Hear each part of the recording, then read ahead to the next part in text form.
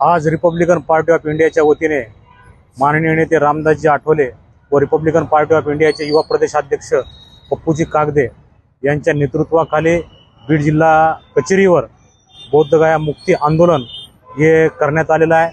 या आंदोलनाचा प्रामुख्याने जो उद्देश आहे की बौद्ध विहार बौद्धगयाचं महाबोधी विहार आहे ते गेली अनेक वर्षापासून हिंदूंच्या ताब्यात आहे। त्या हिंदूंचं त्या ठिकाणी कर्मकांड चालत असल्यामुळं संपूर्ण बौद्ध समाजामध्ये एक तीव्र भावना निर्माण झालेली आहे।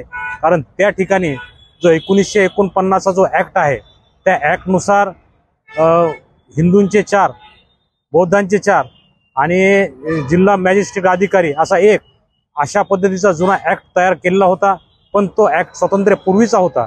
आता नवीन आमची मागणी एकच आहे की जर नवीन कायद्याप्रमाणे नवीन स्वातंत्र्याच्या नंतरचा जो ॲक्ट झालेला आहे त्या कायद्यानुसार बौद्धगयाचं महाबोधी विहार हे बौद्धांच्या ताब्यात असलं पाहिजे, जेणेकरून त्या ठिकाणी जे हिंदूंचे जे कर्मकांड आहेत, जे पंडित पुजाऱ्याकडून होणार आहे त्या ठिकाणी विडंबना आहे ही थांबविण्यात यावी। म्हणून संपूर्ण देशभरामध्ये महाबोधी बौद्ध विहार हे बौद्धांच्या ताब्यात देण्यासाठीचं जे आंदोलन निर्माण झालेलं आहे त्या अनुषंगाने आज रिपब्लिकन पार्टी ऑफ इंडियाच्या वतीनं आज या ठिकाणी बौद्ध विहार मुक्ती आंदोलन म्हणून या ठिकाणी आम्ही केलेलं आहे।